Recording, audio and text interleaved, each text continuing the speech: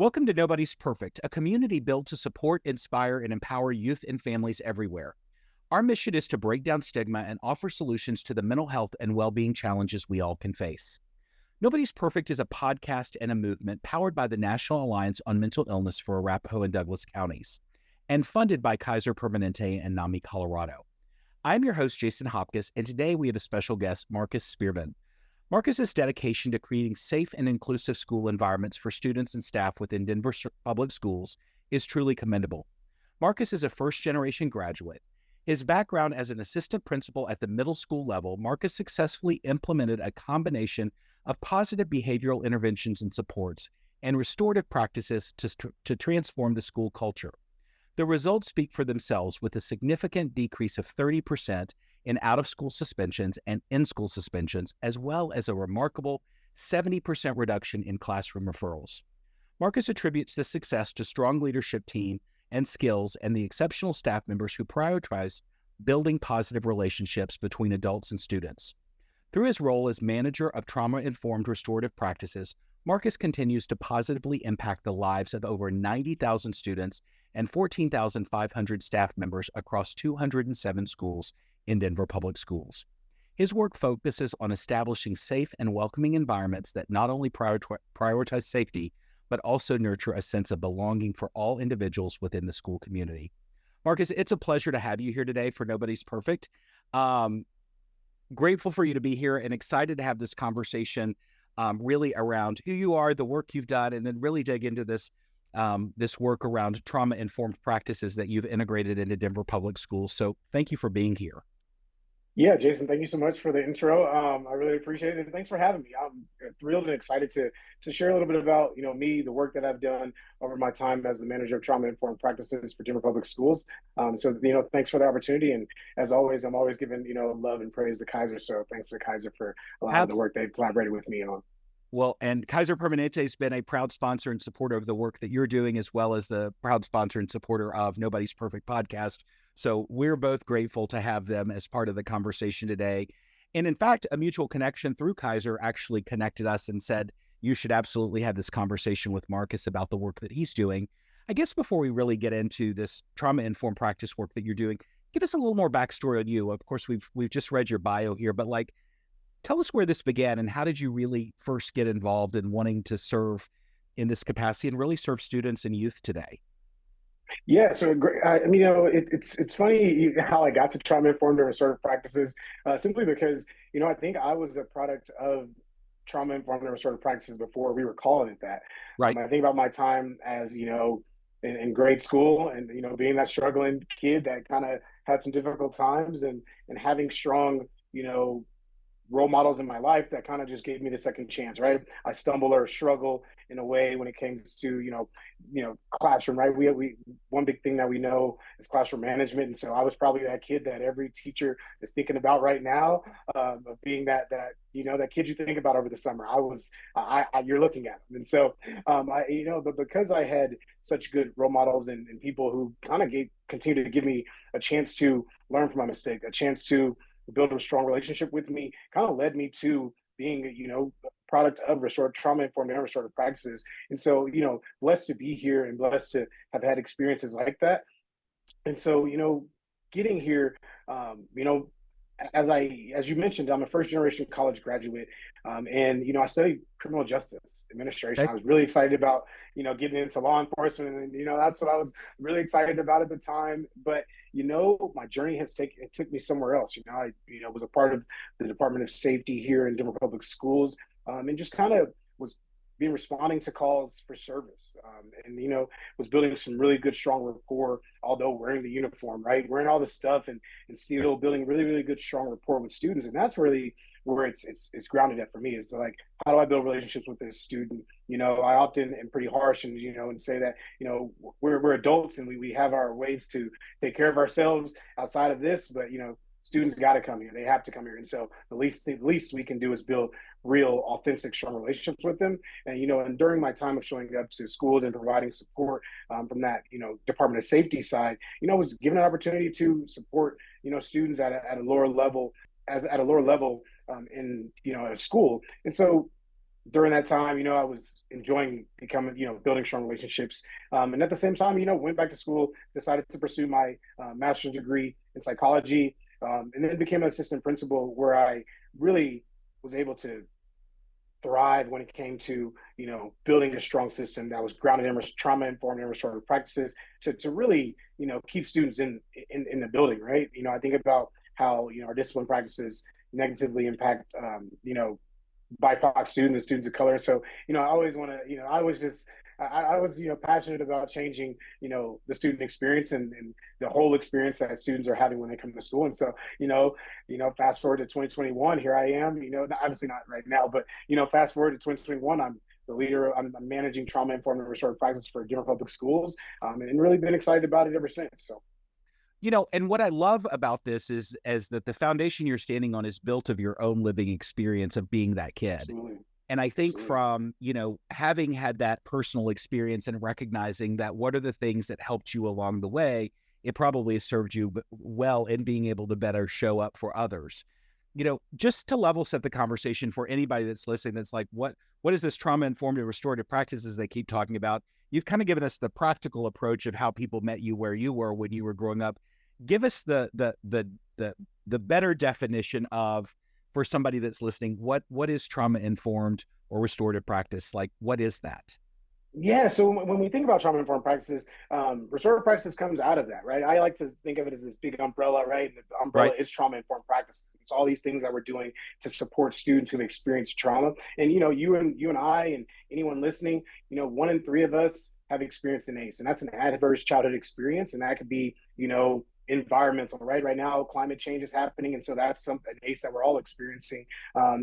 Poverty, I guess, economic status, all those things that you experience as a young child growing up that negatively impacts you, and that's the trauma that lives within the body. And so when we say trauma informed practice, we're looking at that big umbrella. We're talking about the brain and how we're responding, right? When I say trauma lives in the body, we know that, hey, the situation may be quote unquote safe, but because I've had this negative experience, my trauma, all my body is doing is saying you're unsafe. And so when we think about that, that's what we're really coaching and training on, is how are we supporting educators to respond to trauma that they're, at a systems level to support students, right? And so one of the things that we here at DPS are, passionate about is, having these regulation spaces in all classrooms and making those a part of how we keep students in the learning environment and in a place to, self-regulate or co-regulate with the teacher. And so when we think about restorative practices, hey, as I mentioned, I was that kid that probably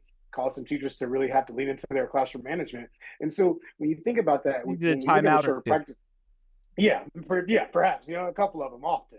And so when we're thinking about restorative practices, we're looking at it through a lens of there's some harm that's happened. You and I, we have a relationship on this call right now. And even when we think about the people listening, right, there's a relationship that you have with them that I will now have with them. But when we take it and we look at the classroom side of things, and we're looking at, hey, I'm Marccus, I'm not going to be able to learn from Mr. Spearman if I don't have a relationship with him.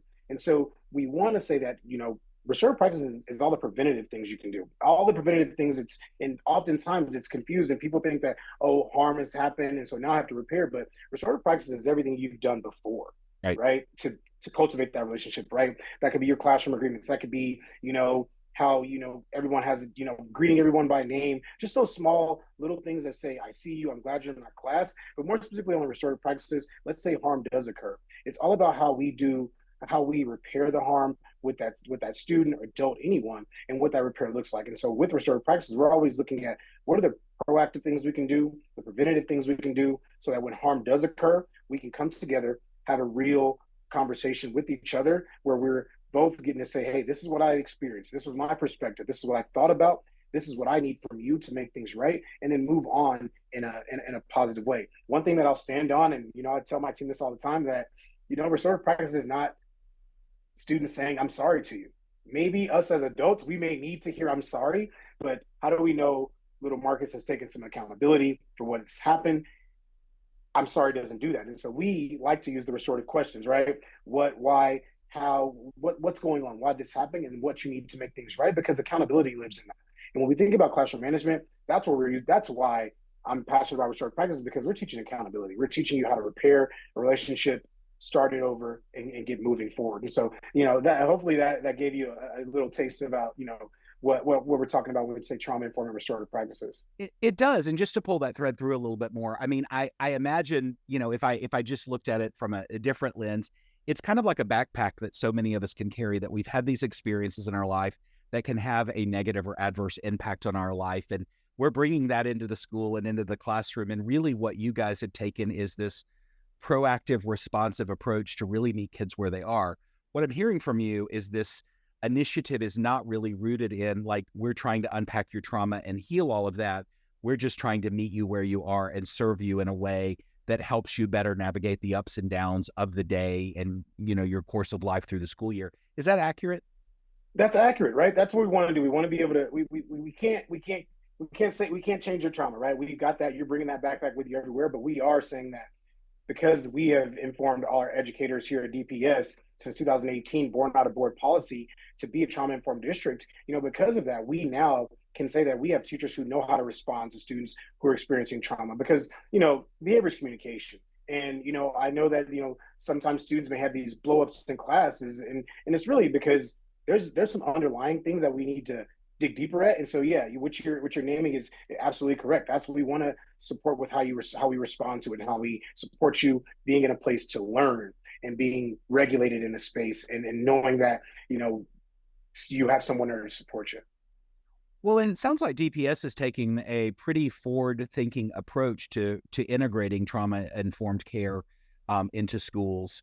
Help me understand, or help us understand, if we look kind of nationally, is this a pretty leading way charge that DPS has taken on, or is this something that you're seeing being integrated into more and more schools as time goes by? Yeah, I would say this is being integrated into more and more schools as time goes by. I know Castle does some amazing work when it comes to social emotional learning, but trauma-informed care, trauma-informed education are all spaces where we're seeing a focus on how are we supporting students who've experienced trauma be able to regulate themselves and start learning, right? And that's really, and so nationwide, but more so specifically for DPS, because I'm living it. I'm born, like as I mentioned earlier, born out of board policy. The district, we had an opportunity. We saw a really big need to drive, support for trauma-informed practices, and so born out of board policy in 2018, the district set out to be a trauma-informed district. And, over the course of 4 years, we hosted, 3 special service provider conferences where we brought social workers, psychs, restorative practices coordinators, student liaisons, leaders from across the district to just come and learn at the start of the year about trauma-informed practices, how to support students with trauma-informed practices. And we were saying, it doesn't matter if you know it, had it in the past, we want to at least make sure we had a touch point, right? And because of that, we were able to, educate over, 10,000 staff, impacting over 88,000 students. 105 departments are trained. And so DPS not only sought out, how do we just train teachers, but we wanted to train and provide coaching and consultation to, our leadership teams, our transportation team, our Department of Safety. Every single year, we train our campus safety officers. We call them CSOs, and they're in the Department of Safety. We train them every year on trauma-informed practices and restorative practices, because we know that oftentimes they're the ones responding to, escalated behavior or serious behaviors, and we want them to show up in a place that's not going to escalate a student, but going to show up to de-escalate, a place to help student regulate, so that, hey, an investigation or whatever needs to take place can take place from a place of, of support and not punitive. And that's really what us, focusing on trauma-informed practices, we were trauma-informed and restorative practices, is because we want to move away from the more punitive things. And and the more we move away from those, the more we get to real authentic relationships, doing things with. I'm not sure if you're familiar with the social discipline window, but we want to be functioning in that top right quadrant. And for the sake of time here, I won't, because that's just a whole thing, right? For that top right quadrant is when we're doing things with students, right? And we want to be doing things with students. And so that's why we want to be, that's, really why our district set out to drive the work of trauma-informed and restorative practices to support, our mission of being, creating safe and welcoming environments where students are in a place to learn and thrive.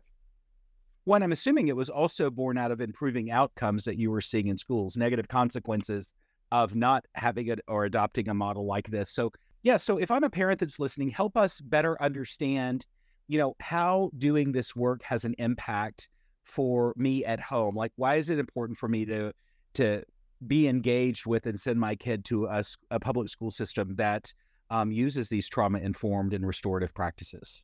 I guess the why comes from more of what role we want parents to play in, their students' social emotional support. Right. We know that parents being involved in this, they're primary. And one of the things that we talked about often is that we set out to be a trauma informed district, and naturally, our teachers get trauma informed. Our students should get some of that regularly. Our leaders got it.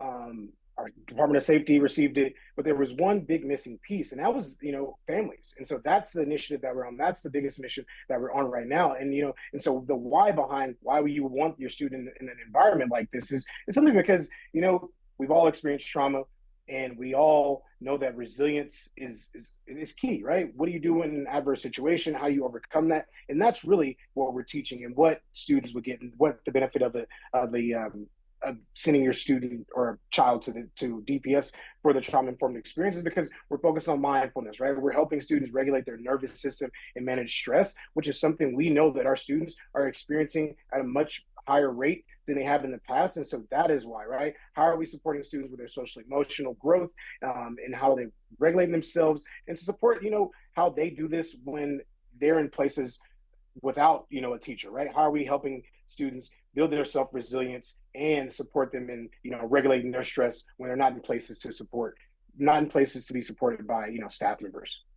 Well, thank you for making that clear for us, because I do what I'm really hearing from you is this collaborative approach to really understand that everybody's bringing that backpack into the building, and that we're meeting them at that space to help ensure that they have the best possible experience. I think is so paramount, and also supports what they're taking home in that backpack at the end of the day back into the family structure. Talk a little bit about the restorative practices piece. I know you've talked about healing circles and spaces in classrooms physically to de-escalate situations. What I'm hearing from you is it feels like collectively, and I mean, I think this is not a youth problem, this is a people problem, especially since COVID, a lot of us are a pot that's about to boil over. And, we're walking into our daily lives and having these experiences that may get triggered by something that has really nothing to do with that situation, but more about just the collective boiling pot that we've got that we're carrying with us. How do you de-escalate those situations? I know you guys were looking at reducing violent outcomes, et cetera. Like, help me understand tangibly, what does that look like if you've got a student that's kind of in crisis and has escalated to a point that needs some de-escalation? Yeah, I'll walk you through, just a super hypothetical experience that a student's having. Let's say the student's, is being removed from class for, let's say disruptive behavior. I think that's the Right. most common one that we're seeing. And we know behavior is communication. And so, if there's a breakdown in, let's say the student's in ELA. I like to use this ELA, little example of, you got little Marccus who is, maybe necessarily doesn't dislike ELA, but he does, fear of reading aloud, right? And so Marccus then blows that classroom up just because, or maybe I don't want to use blown up. So let's say that Marccus is in ELA, he's, kind of fearful of reading aloud. That's his little, his tick. And so instead of, Marccus communicating that with his teacher, because of a lack of a relationship, Marccus decides to be a little bit disruptive, resulting in him, getting removed from class. What we would like to see in a restorative place, in a trauma informed space, is that, like, creating space for Marccus to de-escalate. That could look many things, right? That could be us, let's take a walk, let's get you regulated, let's move the body, right? We know that if you get the body moving and get you out of the environment that's causing you that trauma, that trauma response, you're likely to start regulating a little bit, right? And so we, remove Marccus from the space. Maybe in this situation, let's say we're removing it, right? With restorative practices, we really don't want to remove. It's all about how we keep this.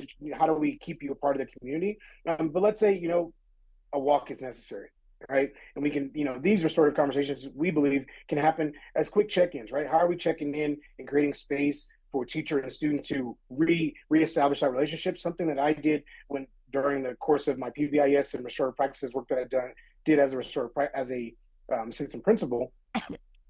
We worked on, doing impromptu check-ins, and that's really where we would see, if the student was able to get regulated or de-escalated, on a short walk, how are we doing a just impromptu check-in, to just kind of level set, right? And we could use that space as a space for little Marccus to kind of, share, hey, this is why I'm really, turning up in your class. It has nothing to do with you or has anything to do with Right. anything other than I'm having a negative body response, and the only way I know how to do this is to evade and get out of here, and that's the body keeping you safe. And so how would we de-escalate? Just creating some space for the students to regulate themselves, or co-regulation with a staff member who's coming in for support. But that's really how we want to use restorative practices around want to use restorative practices to come together, repair the harm in the moment, and not let it linger on, because I think that behaviors, communication, and relationships are critical to learning, and students being able to feel as if they're safe. What relationship do I have with you? Something that we know is true is that students won't learn from people that they don't have a relationship with. Right. Well, and the thing that I'm really hearing that I think is so valuable and important and necessary is that this approach is not punitive. It's not something that is designed to shame or, really punish. It is focused and kind of rooted in self-modulation, regulation, and helping you, I'm going to use the words, put your wheels back on the wagon, so to speak, Yeah, I and like that. moving in the right direction. And I think that that's so important because even as an adult listening to this, I mean, don't we all have situations that we walk into that something happens that triggers us that has nothing to do with maybe that situation, but everything else that we've kind of brought in with us in our backpack, so to speak, and just really recognizing that behavior is learned so early on in life and can be a direct consequence of things that are going on at home. Like, I really love this approach. Like, help us understand, again, when we talk about outcomes, through doing this in such a thoughtful and intentional way, what are the improved outcomes that you're seeing? Yeah, I mean, some of the outcomes that we're seeing is just a greater sense of belonging, right? One of the things that we are set out to do is create safe and welcoming environments where students feel like they belong, right? And that is a big one. And how are we creating spaces for that? And that's really the outcome we're searching for, is an increased, feelings of belonging, increased feelings of I have a trusted adult, right? When we think about those pillars of trauma-informed practices, we know that a trusted adult, predictability, are pieces what goes into me feeling as if I belong here. And so we're seeing increase of the sense of belonging and a decrease of highly elevated students when it comes to coming to school. And so that's really where we want to celebrate. We're able to see students advocating for opportunities to, have restorative conversations with the person that's caused them harm. And that's really where we're excited to see it, is when students are advocating for it, right? Adults, we can advocate, hey, I think you should have a restorative. Yeah, we're full grown adults, we have fully developed frontal cortexes, right? Right. When we have now empowered students through the regular usage and implementation of trauma informed restorative practices, that they're advocating for it, those are the real outcomes. Is when we're seeing students advocate for it, we're seeing a reduction in highly elevated students and an increase in belonging. Those are those outcomes that we're really excited about, Right. and ultimately a reduction in our punitive discipline practices. We continue to see a reduction year over year of disproportionate behavior when it comes to our BIPOC students. And so those are the major outcomes that we see as a result of our trauma-informed work and our restorative work that the district has set out to do to ensure that students are, in environments that they can, learn and thrive in. Well, and I really love that. And what I more importantly love is just this, again, really thoughtful and intentional approach to, and I'm going to use the things that we all want in life, to be valued, seen, and heard. And that's what Amen. this approach really seems to thoughtfully consider. And I love your words. It's about building a deeper sense of belonging. And for anybody listening, that recognizing, while that may not be your experience in your home with your child, the reality is there are many kids that don't have that safety net or that structure at home. And it's no criticism of the parents. They just physically may not have the skills and tools necessary to offer that at home. So I can imagine there is a real trickle-down effect in this of being able to support students who feel like they belong in schools, and the things that they're taking home and can then become mirrors, for the trusted adults in their homes that can probably have some improved outcomes in the family structures. Are you seeing that too as a byproduct of this? Yeah, and that's absolutely, and we're seeing that through pre and post surveys when we do our, trauma-informed parent trainings, restorative practices parent trainings, because we're seeing families seek out, hey, we need more resources about this. We want to learn more about how we can, be be a trauma-informed support for our student. I mean, I think when we think about where we are as a society today, however we can get more SEL regularly is key, right? And that's so yeah, Jason, absolutely. So, you just touched on a perfect point as you've seen this outreach from parents or caregivers who are really seeking, how do we integrate this sort of approach in our own home life? Like, kind of at a high level, what's a starting point for a parent who's interested in this trauma-informed approach who said, hey, I don't have all the tools, or maybe I know that I've not done things a certain way. Like, where can a parent begin to really, even if their school district doesn't have this, to really start learning more and being more thoughtful around creating this sense of belonging in their own family structure?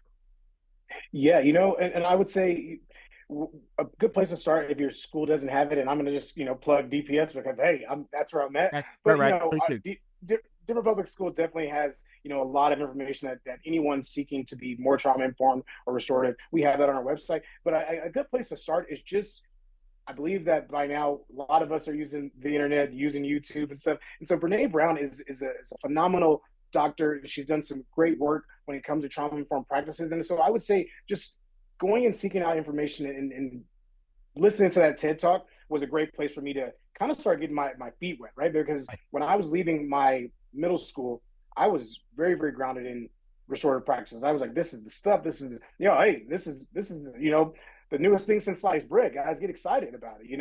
And, when I got, and learning more about it as I, got into the role, it's much deeper than that. And so I think that was a great place for me to start trying started to learn. But another great book, and that I read that kind of gave me a little bit more around building a trauma informed school district is by Joe Brummer. An amazing book. It talks about all those, what you can do at home, what you can do to support students and families and schools when it comes to being trauma informed, Right. even for your novice learner. And so I'd say education is key. And so seeking out more knowledge around what it means to be trauma informed and how you can be more trauma informed at home to encourage that sense of belonging, so that your students are seeking out a trusted adult in the building, or seeking out groups and organizations that may be within the building to support that sense of belonging. Because Right. that's ultimately what students are naming to us that they're needing, is that sense of belonging. Right? How are we creating that sense of belonging back at school? And so, how are we, closing the loop, as I say, right? How do we close that loop and make sure that families are encouraging that same sense of belonging to school? And then how are we encouraging it, when we have our time with students too? Right. And again, I love that approach. And really, I go back to that word belonging, and it's built upon the tenets that we all seek in life: being valued, seen, and heard. Like, that's so important to recognize that this is not a youth need. This is not a school district need. This is not an adult need. This is a human need that we all have. And frankly, what I'm also hearing from your conversation is just the value in the village, and recognizing that it takes all of us to move this forward. And you guys have had, the good fortune to be able to move this work forward in a really compelling way, and had some pretty successful outcomes, and been able to extend this work across a large school district, and frankly, are seeing the success outcomes from that. But for anybody that's listening, to really bring it back to, like, it can start, as simply as you watching Brene Brown's TED Talk, which is so valuable about vulnerability, that dreaded V word that so many of us don't want to dive into, but it's a phenomenal place. Or reading a book, or doing a quick Google search. There are places to get connected to this and to put different language to it. Like, if you don't like trauma informed, really coming back to the center point is, how do we create belonging for ourselves and others? And most specifically, as a starting point, how are you creating different levels of belonging for yourself? I think that that's really valuable. So, Marccus, tell us, you've so beautifully given us kind of the overview and the highlight of what you guys are doing, and why this is important and should matter. But kind of bring it home for us, and really what happens next in DPS as you continue to do this work. Like, what is the growth trajectory of this? I mean, obviously you've got new students coming in every single year. I'm assuming you're starting this earlier, throughout the campuses where people are getting this access to this work at an earlier age. Like, how does this continue to evolve and expand? Yeah, and the district, I got to give it up to Denver Public Schools because before 2018, this work didn't, exist. Right. And so 2018 hits, we see the need, we receive a grant, gracious grant um, from the Campbells and Denver Foundation in support of that. And because the district saw how important this work was, they said, this is absolutely something that needs to continue. And so, huge kudos to Denver Public Schools for being one of the districts, of many who has said, we're going to focus on trauma-informed practices, we're going to focus on restorative practices, and we're going to make it, a key element of increasing belonging and the student's sense of well-being. But as we think about what's next, right, I'll give you my, what I know is coming next is that we're going to continue to train and coach and consult, 207 schools, across 90,000 students. When it comes to trauma-informed practices, we're going to continue to, train and educate our educators, our Department of Safety, and all central office leaders. But when it comes to what we really know that's next is that we're looking at engaging families. And so that's what's next for us is bringing families to the table in a more, really emphasizing how we get families to the table just so that we can have the same messaging. And maybe it's not the same, as you said, maybe it's as small as picking up, just listening to Brene Brown's TED Talk, but how are we encouraging families and getting the information into families that their students are getting, right? When I say closing that loop, that's what I'm naming, is that like we've trained and we talked about trauma-informed practice to your teachers, your students have received it. How do we get the same messaging there? And so that's what's up next for us, is that the sustainability is that we're going to continue to train and educate schools, students, and then families ultimately to truly drive, the work of trauma-informed practices to help our students with SEL, and to ultimately create, places where students can thrive and they're in safe and welcoming environments where learning can happen. Right. I really love this approach, and I can't see a downside to doing this work from any perspective. I mean, really, it again, I'm going to go back and use the words I used earlier. It pulls the thread through on recognizing, not even recognizing, meeting somebody where they are. And, understanding that even if you're listening, that many of us may have a certain amount of privilege that we bring to these conversations, and assuming that everybody knows this or should understand this or have access to that. And the simple fact is that is not the truth. That is not the case. The fact is that there are many people who, do not thrive in their home environments and that do not have safe home environments or support systems to do them. So really having a school system that's so focused on kind of backfilling those needs and that support in this really, again, thoughtful and intentional way, I just don't see how there's anything that doesn't set a program like that up for success. Absolutely. Absolutely. I think like it's exciting. It's exciting work that we get to do every single year, every single day, because we know we're impacting students. We know that, some students are really being impacted by it. And as you just said, some students don't have at home, places at home where they can experience this. And so the only time they're experiencing is at school. And so, that right there makes me proud to support this work on behalf of the district, is because, how are we saying that, here's a free and public education, and here's a free and public education that's going to take care of your SEL. It's going to take care of how you build relationships. It's going to support you with how you regulate yourself and how you become a contributing member of society, in all facets. That's really what I'm most proud of is, we're providing, our the future of us with the skills that they're going to need, the skills that, like, as I said earlier, that, I didn't know they were called trauma-informed and restorative practices. I don't think any of us did. Right. But now students are we're able to put a name to it and be intentional about what we're providing them, instead of just saying, hey, get out of here, right? We're saying, come over here. How do we get through this together? And that's really what I'm, the most so excited about, is how do we change that student experience to be one of, I'm doing this with you. I'm working through this struggle with you, because, I want to see students in struggle and not trouble. And that's ultimately how we want to see them, through the lens of trauma-informed and restorative practices. Well, and I just love, if you watch the iterations of this, that we've added language to what's it's actually called now. I mean, the reality is it would be wonderful if we move this all the way down the line and it just becomes our shared human experience. Like, we're just all wired to do this work well. And I want to celebrate the fact that you're really, doing this work to meet kids where they are, and recognize I'm going to put different language to it. but you're helping prevent the kids that are falling through the cracks. And, Amen. Yep. and that's really, such important and valuable work. Before we wrap up here, we have one question we always like to ask every guest, and I want to ask that of you today. What does nobody's perfect mean to you? Oh man. Nobody perfect means to me is that, we all come with a little, like you said, that backpack. Right. We all come with a little, with a backpack full of stuff, or a backpack with one big heavy thing in it. And I think that although we come with all that, there's, I don't want to say just a silver line, but although we come with all that, there's still something to us. There's still some worth to us. We may be, broke down and struggling. And even when I think about our students, we may be having a tough time doing this school thing.